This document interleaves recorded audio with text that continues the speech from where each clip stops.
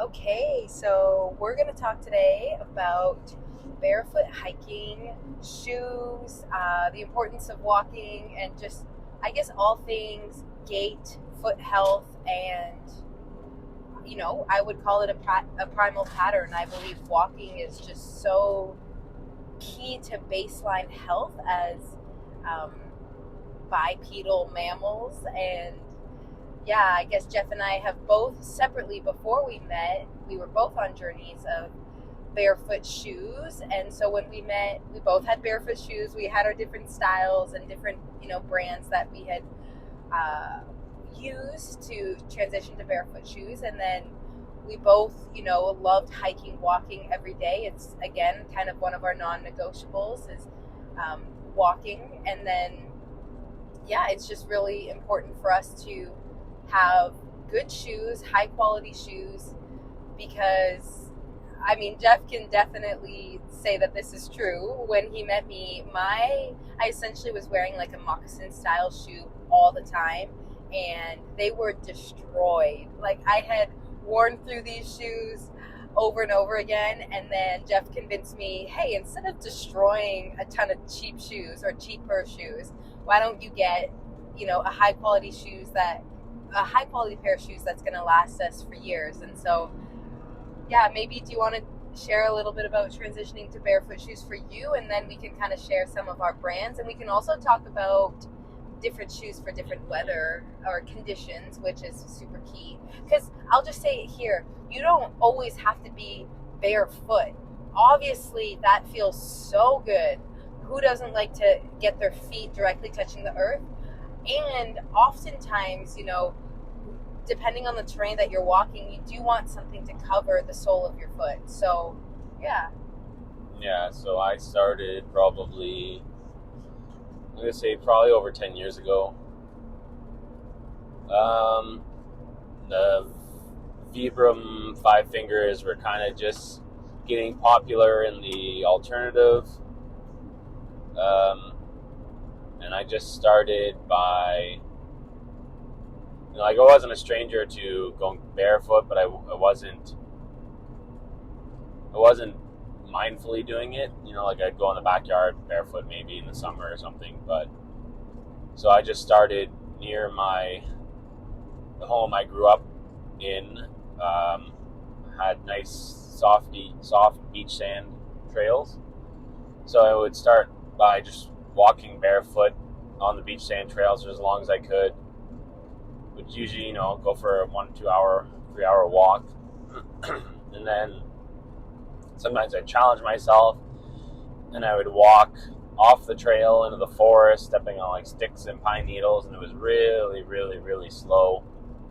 And I'd watched several mentors of mine break down how to walk barefoot in different environments and how your gait changes and how you don't go heel toe how you would in like a pair of sneakers or running shoes. You're walking barefoot, let's say on pine needle bed, like forest floor, where you're not sure. There could be pine cones, there could be sticks, there could be rocks underneath the whatever's on the forest floor. So you almost tiptoe, for lack of a better explanation, putting your foot down in front of you. Sometimes people without committing. Yeah, people refer to it also as deer stepping. That's how we can teach it sometimes. Yeah, so that way if you feel something sharp stab you in your foot, you can pull back because you haven't committed your weight to that front foot yet. So I would do that, and then eventually got to jogging on the sandy trails and then the hard packed trails. And after a few months to a year of doing that, then I kind of conditioned my feet to be able to run, walk in most environments.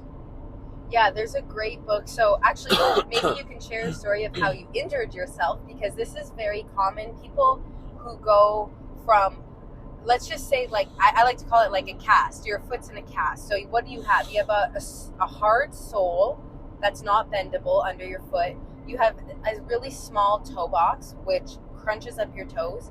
you have a heel raise, so you're essentially always walking like on a mini high heel, and generally Your they're foot's not bound.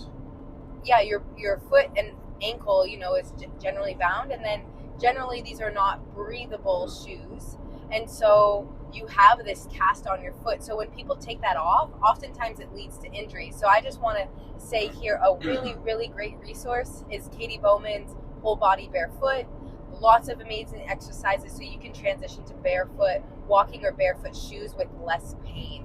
You want to share your story about how you injured yourself? To add to that, what you just said, so imagine you put your hands into a shoe, and that's how you use your hands all day. Well, imagine how little movement your hands and fingers, you're not really articulating. Like, imagine putting your hand over top of like a small, like let's say a tennis ball. You're wrapping your hand around that. Your foot can do the same thing, but you're not doing that with a shoe on. So that's the visualization to think of, like how little movement, muscle, joint articulation you're having in a shoe is that hand over the tennis ball. Now imagine your hand in a shoe and trying to go over that tennis ball.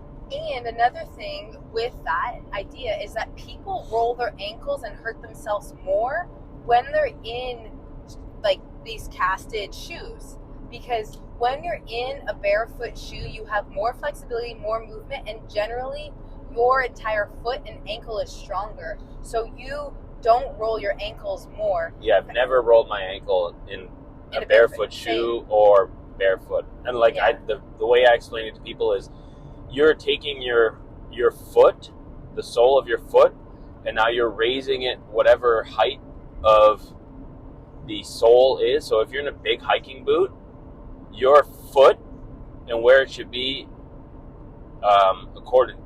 in proportion to the ground, now your ankle is set up to have a pivot point that's not natural, and that's how you roll your ankle. So picture when you like stretch your ankles, let's say, and you kind of picture your big hiking boot on, and you move your foot to the side, kind of bringing the shoe up on its outside heel or outside sole to stretch your ankle. That's how you're going to roll your ankle. But now picture your foot on the ground, how hard it would be to roll your ankle.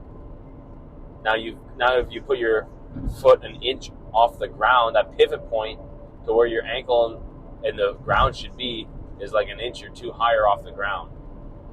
Yeah. So you want me to get into the injury story, or? Sure. Let's. Yeah, you can share your injury story, and then I can talk about other things. Go. So this isn't the common injury. What usually happens is people buy a pair of barefoot shoes and they start running or hiking or jogging, and they haven't done, like I said, where I took a year or two to adapt my feet back to barefoot. So people usually, this is why Vibram got sued in some hokey lawsuit, and obviously it was just a clown court that just let that lawsuit go through because it was really stupid. They got sued on the fact that, Navy SEALs and these people who were, hardcore, they would go and grab a pair of Vibrams and then go do their crazy workout outside without ever transitioning their feet and get major foot damage, maybe like injure themselves severely, and then they got sued and they had to refund everyone who got a pair of shoes up to that point or whatever. It was a really silly lawsuit. So what actually happened to me was I was several years into barefooting. I hiked barefoot, ran barefoot, like without shoes for many years, climbed like rocky mountains and different terrains all over the place. But I was wearing toe shoes or barefoot style shoes, and I was running every day. I was running 5K. Parts of it were on asphalt or concrete, and parts of it, when I could, was on the shoulder of a road. And after 2 years of that, I was starting to get plantar fasciitis from just my foot pounding on the pavement, and that's a self-inflicted injury. because I could have taken days off, but I was doing this 5 days a week and then still hiking, running, playing on the weekends. So that's another way that, you know, you could push it over the limit. Now, my feet are fine now. I reversed it before I did any permanent damage, but that is something to be aware of. You know, you could do everything and then switch and then still end up injuring yourself in the long run. Yeah, that brings me back to when I was transitioning to barefoot shoes. I was in university and I was preparing to do my first long distance trek, my first through hike. And I was choosing which shoes. And then I had learned all about shoes and I was studying Katie Bowman at the time. And I realized, okay, great. I had ordered these sandals that I think had like 3 millimeter sole. So it was barely anything. And I was living in Ottawa at the time. So, you know, a biggish city. And I put them on. I was so excited to wear them. And then I started walking on the pavement outside to get to the park with these sandals on. And it was so painful. Like, it did not feel good.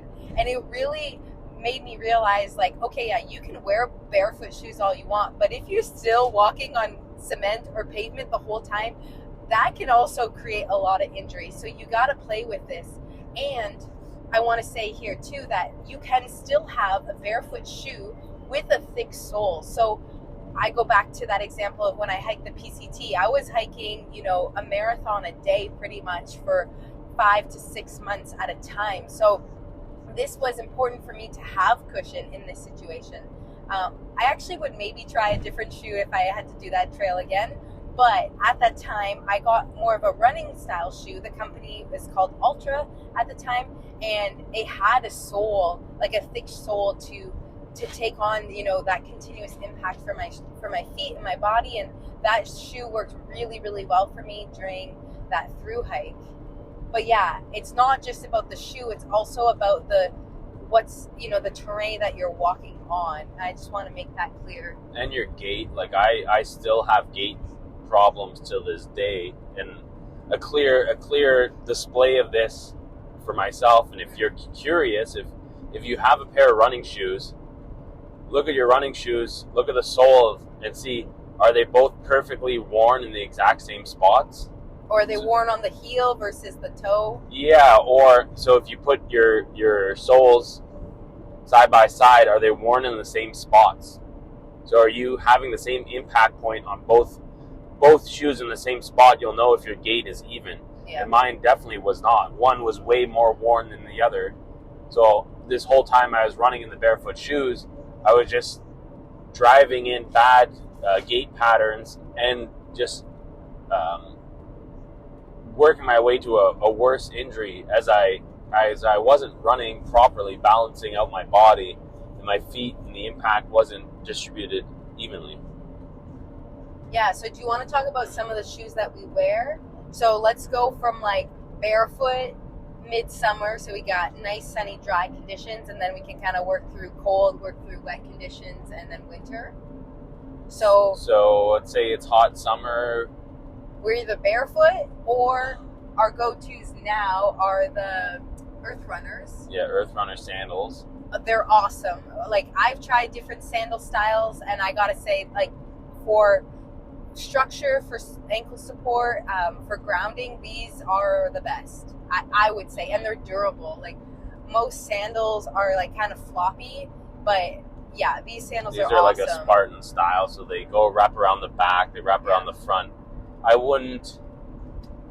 Me personally, I don't think I would enjoy running in them. I think my running pattern is just too sloppy and not good. Yeah, I don't think I would run in them either. But hike long distances, I think so. Hiking's okay. Yeah, and walking, of course.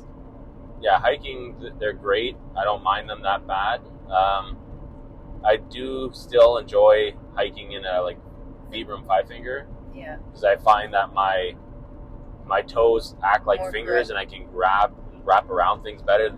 More than there's a bit more of a stiffness into the sole of the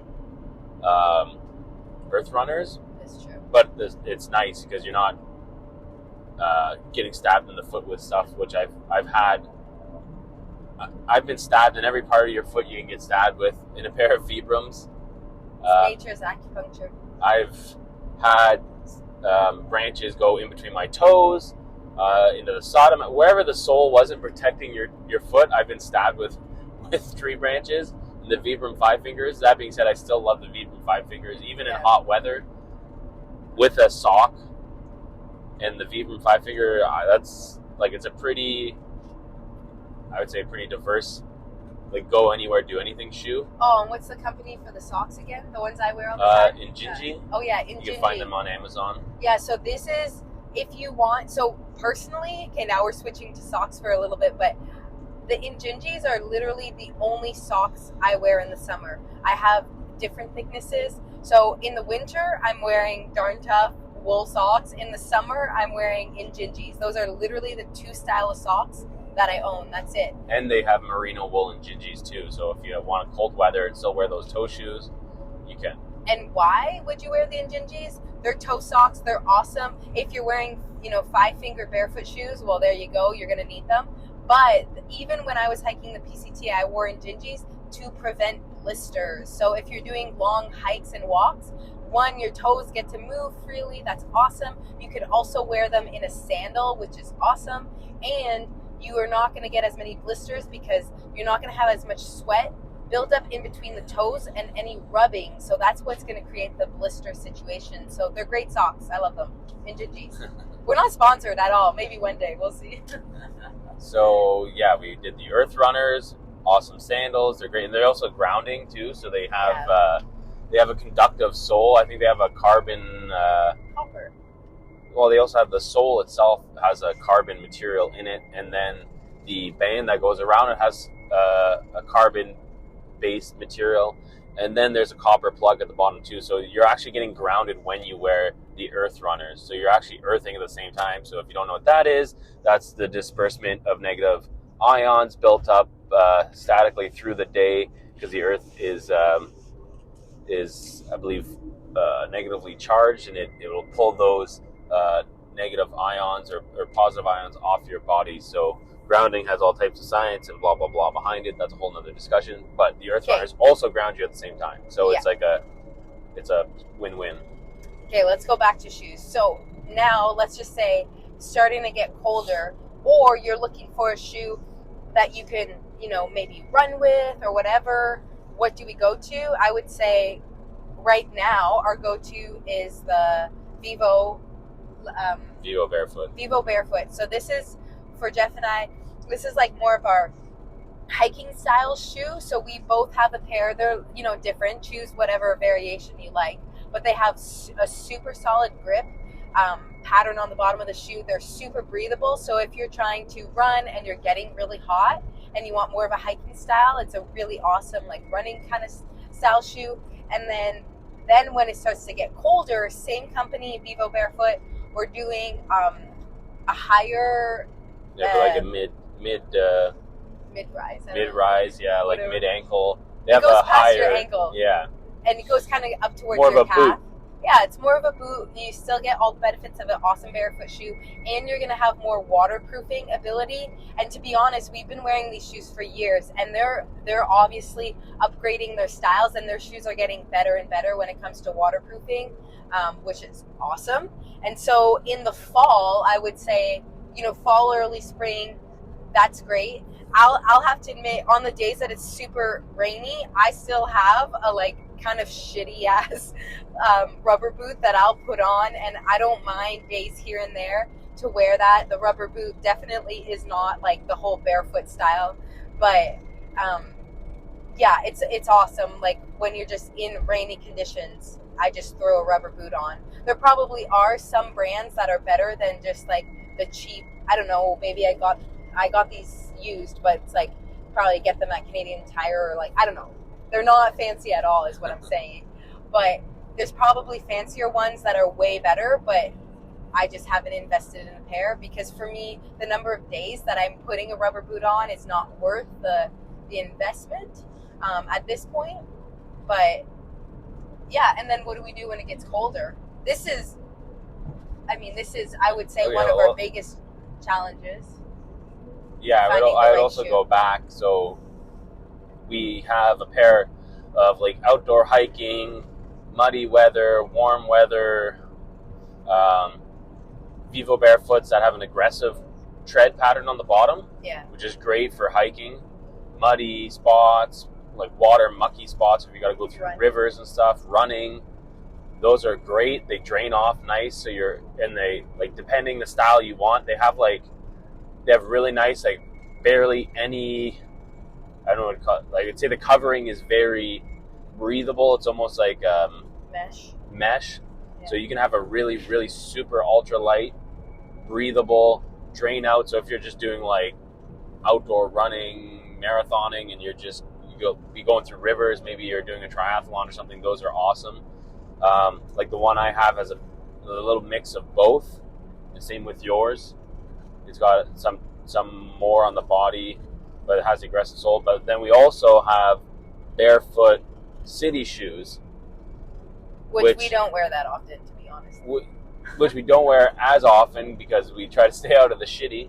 But so these are all black. They look like black sneakers, but they're stealthy, I would say. Yeah. So people can't tell you're wearing a barefoot shoe, but it almost looks like like women's flats. So there's not an aggressive tread pattern. There's a tread pattern on the bottom, so it's not completely, completely flat. There is some treads, you're not going to slip on stuff, but we can go to,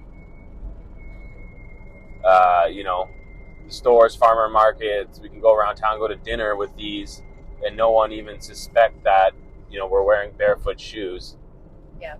I mean, for me, actually, I would say for both of us, we generally just wear these when we're going out for something where we're dressing up a little bit more, and we want to still be comfortable.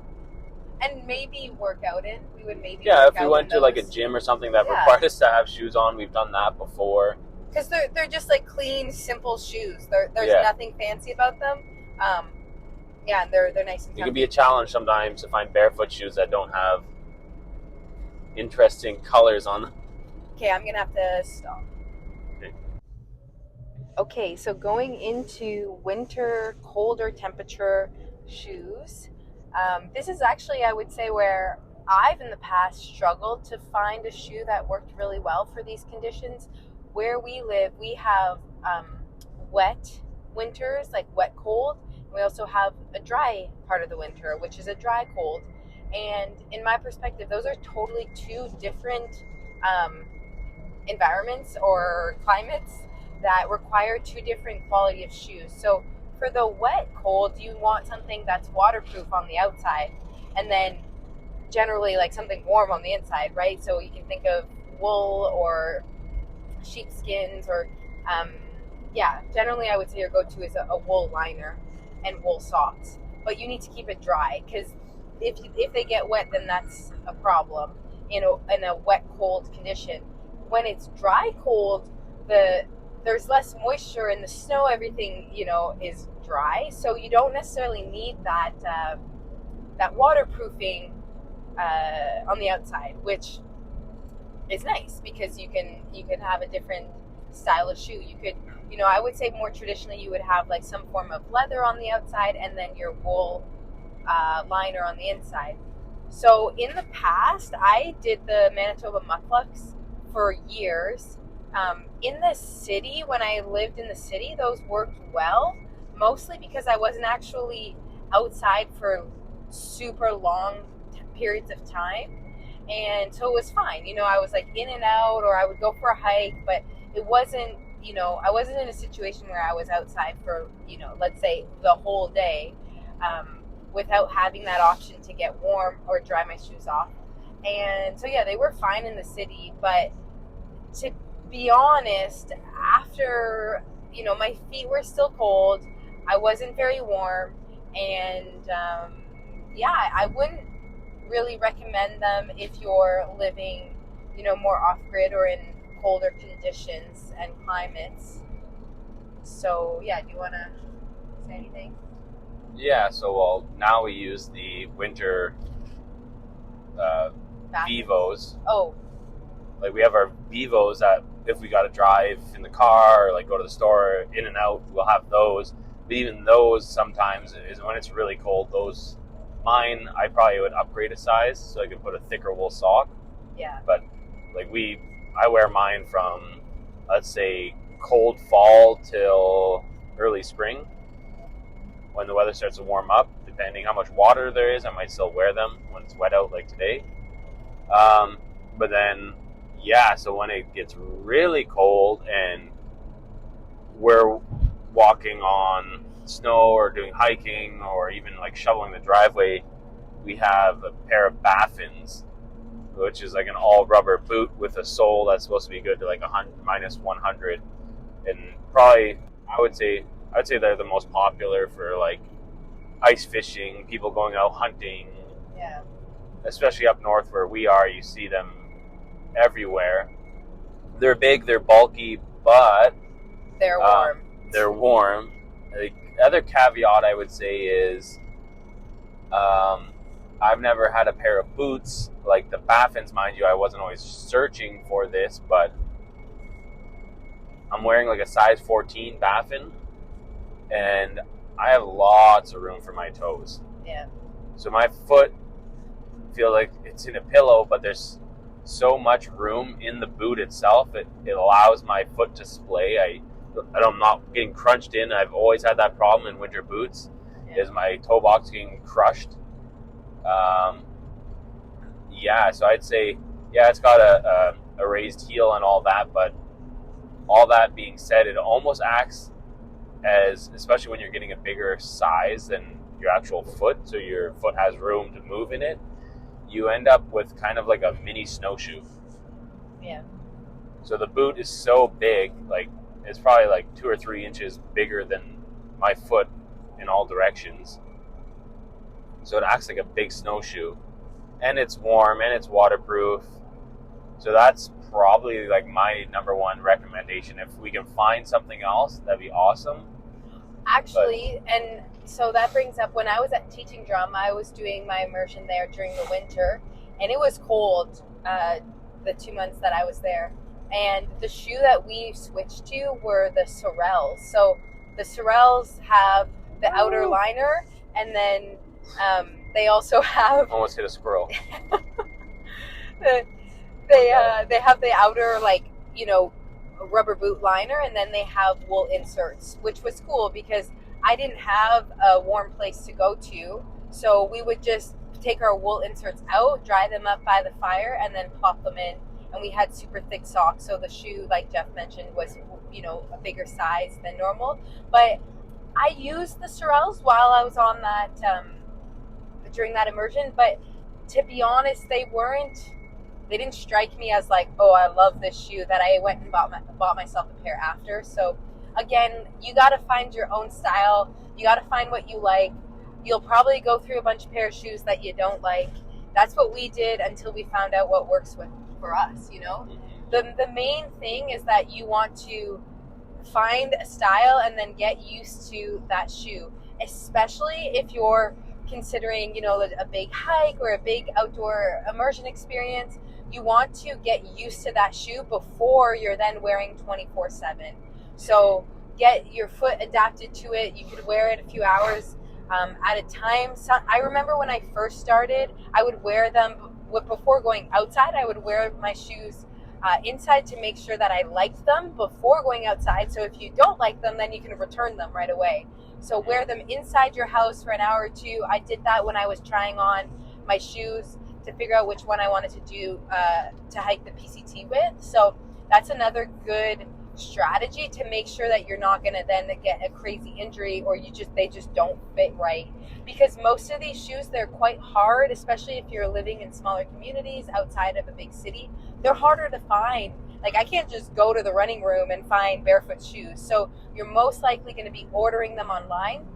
So now that, companies do a lot of good things to find the right fit for you, but that's a really good tip. Walk them inside, don't get them dirty, and then if you're ready to commit to them, then go outside. And I'm pretty sure companies like Vibram and Vivo, you can photocopy or stencil out your foot and send them the photocopier, the stencil, and they'll tell you what size, or you can print off and match what size shoe would be best for you, because everyone's foot's going to be different. So you might have a narrow toe box and a longer foot, or a wide toe box and a shorter foot. So you can actually get your foot drawn out or photocopied and then get the exact right fit. And some of these companies will make like an exact fit for you, or get you to the closest one. Yeah, so one more company shout out is a company called Unshoe. So this was that style of sandal that I was talking about earlier, very, very thin sole. So you would buy the sole and actually just paracord, and you would make your own sandal. It's like, what's it called, the Hiracha or the Hirachi style sandal? So I put that sole around my foot. I traced my foot. I punched the hole where between your big toe and your second toe where you would want the sandal to go. So you get to make a shoe that's custom fit for your feet. So that's really cool. And that style, so how I would use that shoe now that I've played around with a bunch of shoes is that super, super thin sole. The sandal is so tiny, and literally you can roll it up into a little ball. If I was to do a long hike again, I would bring that shoe alongside as camp sandals. So at the end of a big day, but you've had your shoes on and you want to just take a break and walk around camp and have something under your feet for protection, but so thin so your foot's breathing well, I would bring a sandal like that. Okay, so I'd like to address something. So when I was running 5K a day, what happened was it was so cold in the winter when it'd be like minus 40, and salt would be on the roads and the sidewalk. So it would be like minus 30, but there'd be wet snow or water everywhere, and the toe shoes would get blisters. It was a real issue. So then I got a pair, because I was wearing 2 pairs of toe socks in my toe shoes to keep my feet warm. Then I would still get frostbite sometimes. So what I did was I purchased a pair of Barefoot running shoes at the time that were fairly cheap, and I think Morel was the brand. So Morel had a decent, I'll say decent, they were cheap, and comparative to my Vibrams and my Vivos, they weren't that great. So what I want to address is there's a lot of companies offering now a barefoot option, and some of them they're not comparable. They are much better. I'll say that. It's way better than like a Nike or an Under Armour, just typical running shoe. They actually have a thin sole. Like, there's some things that aren't great on them, but they're just not the quality of the Vivo Barefoot. And something I've been seeing a lot lately is getting lots of ads on Instagram for barefoot shoe companies, and it seems like there's tons of them just springing up. And I've seen one friend had a pair, and I didn't wear them, so take this with a grain of salt, but my critique is it seems like there's a lot of barefoot shoe companies starting up, and I would say they're kind of just like really cheap knockoffs. Yeah, they just seem like you would go to Champs or Running Room or Sports Check, and they'd be there for $99.99. Cheap, they maybe if there was a hierarchy of barefoot shoes and there was like 10 things you needed to do to make a great barefoot shoe, they get 3 of them right. But they look cheap. They just everything about them doesn't. You just look at them and it's like, oh, okay. And that's a thing I wanted to mention was you got to put your money where your mouth is. Well, and yeah, if this is something you want to do, and I bought those cheap Morels. I bought the cheap ones too. I had a pair of Vibrams till my toes were poking out of almost every freaking toe hole until I replaced them again with another pair of Vibrams. So it's like I wore through those like crazy. And then eventually, when I had the money at the time, I didn't go, broke to make it happen, but I bought myself a pair of like cold weather Vivo barefoot boots. I bought myself a pair of Vibrams and a pair of Vivo Barefoot, like hiking weather shoes. So I got myself and the Earth Runners. So I bought myself basically all the footwear I would need. The idea being, I'm going to get the footwear that works for specific environments. And yeah, you know, maybe I spent $1,000 in a year over for shoes, maybe even more than that. But now none of these shoes they're not done after a year or 2 years. Like, these are going to last me 5+ years. And I would say, so one thing that I'm really working with right now is this idea that the most expensive thing you own is the thing that you use the least. And when we're talking about shoes, because you might go on these websites after listening to this and check out the shoes, and you might be like, wow, these are so expensive. And, you know, in some ways they are, but you have to remember you're buying a high quality product that you will be using literally every single day. And I'm going to go back to Katie's book. It's called Whole Body Barefoot for a reason. Your feet, what you put on your feet is going to impact the rest of your physiology from foot to head, and you can save yourself from a lot of pain, you know, maybe now, maybe in the future, if you transition properly and strengthen your body so you can be in a good natural gait.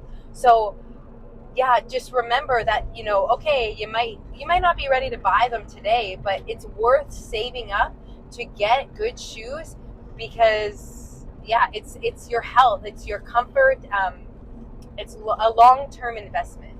Okay, so that being said, I probably spent $2,000 in shoes now, thinking like it was probably a year, closer to because $2,000. my Baffins were like $2 something. Yeah. My Vivo Barefoot boots were like $500. Yeah. My other pair of Vivos was like $200. I probably spent like $150 in my Vibrams. Earth Runners were like $100. Yeah, so I probably spent like $2,000. But like like I said, I'm gonna have these now for probably like years. Yeah, 5 or 6 years maybe. Some of these these pieces of footwear. Yeah. Because I'm not wearing them every day, and I'm picking the appropriate one for the appropriate thing that I'm doing. So I'm not just throwing in that one pair of shoes I have and wearing them every day till they're toast. But anyway, so where are your cheaper options? Like I said, there's cheaper brands now. Shigaro, I think, was one brand I've seen online. Timu. I'm seeing brands pop up all over the place, and I can't really speak for them. But what I can say is a great place to find cheap barefoot style shoes is finding cheap water shoes. Yeah. Because often they are just a rubber, thin rubber sole. They're super flexible. You can take them, you can like crumple them into a ball, no problem. So they're great for all the foot articulation you could do. There's nice sticky rubber on it because it's meant to be in the water so you don't slip. So and you can find nicer, like these, you know, like not nice ugly ones. Pairs. Yeah, like the one that I got, or we both bought. They were just like a simple black. Yeah, did we both buy it? No, I think we just bought it for you. I can't remember. Because you had a pair. Yeah, I had a pair of like ugly blue fluorescent on vacation. Well, the ones I bought, I'm pretty sure they were like $20 to $30, and they were just a nice sole on them too, like a grippy black, sole. simple. Yeah, and they're just black, and you could just cram them into any side pocket on a pack, no problem. And that maybe we'll close off with our daughter. So right now she's 7 months, and she's just starting to crawl and getting ready to walk. And, you know, we're thinking about, okay, well, what about her from birth? Like, what a gift it could be if we can allow her feet to feel the world and for her feet to never get cramped. You mean we're not going to buy her a pair of, like, baby, like, Timberlands or something? Or baby Nike Airs? Oh, God. That are super... Have you ever seen... If you're listening to this, just picture a baby shoe. And, like, you know, humanity's awesome, and we do some fun, crazy stuff, but, like, when we make baby shoes, it's just, like, an adult making a baby shoe. There's no machine making like micro flexible baby shoe. It's like those baby shoes, they might as well be like statues. They're just rock solid. And they cover the ankle, so it's like, how is the baby supposed to have any mobility? It's even worse on a baby. It's like putting your kid into like 2 bricks. Oh God. It's so funny. Okay, so we've never actually put shoes on her. I mean, she's not really crawling or walking yet, so we're just at that stage. And actually, another shout out to Katie Bowman. I was reading her book called Grow Wild, and she mentions even before putting shoes, or like air quote shoes, onto your kid, once they start to crawl or walk, you want to not have any socks. So a lot of like onesies that we've put in our daughter from birth, they cover the feet, which is great. You know, colder days, you want to keep the toes warm. But now that she's starting to move, it's really important that she's able to grip the surface with her toes with a bare foot. Because imagine learning how to walk, especially just say you have hardwood floors or even like laminated floors, like that's slippery with a sock for adults. So now imagine being a little clumsy and, you know, wiggly like a baby, trying to learn on a slippery sock on a slippery surface. So cutting off the bottom of these onesies when your baby gets to that age can be super helpful for their development of their foot awareness and grip as they learn to walk. And then shoes. What's our plan for shoes with her? I think the water shoes. The water shoes, yeah. So they're cheap, like Jeff said, especially babies, they're gonna be going through shoes so like really if we have fast. to get a bunch, like 4 pairs of water shoes in like 3 or 4 years, that's not a big deal. Yeah. And you go first. Okay, I was gonna say, and with a water shoe, if you're worried about the baby being cold, you can easily buy, this is what we do as adults, a little bit of a larger shoe and get a good wool sock for the kid. Yeah, I was gonna say, like, say you're not at the point we're at and you want some foot freedom for your children, they do the Vibram, they do have kids sizes. So these companies do have options for children too. It just seems like, in my perspective, I don't know if I'd buy my kid Here it comes. a $200 shoe, you know, when they're a year old. But who knows? Like, we don't know the prices. We don't know what the prices are actually, but we could check out Lake of the Woods too, if you want. Yeah, we could. Or so do you want to do the crack We're first? actually on our way to Killarney right now, and what mountain did we just see? Silver Peak. Silver Peak. So on the drive, this mountain, there's like one little spot that you can see the top of the mountain. So anyways, let's close off this talk. So you got to hear all about shoes. If you have any awesome companies that you love, reach out to us. Tell us what you wear. Tell us any part of your foot journey. It'd be super awesome to catch more stories. This is obviously something. If you've tried other brands, that'd be super helpful because people always need to know. Like, we can't try every single brand. I just told you I spent like $3,000 in shoes, so someone else has to try these other brands. Yeah, so let us know. Stay in touch. We'd love to hear about your barefoot journey and walking and catching your stories. So, yeah, stay in touch.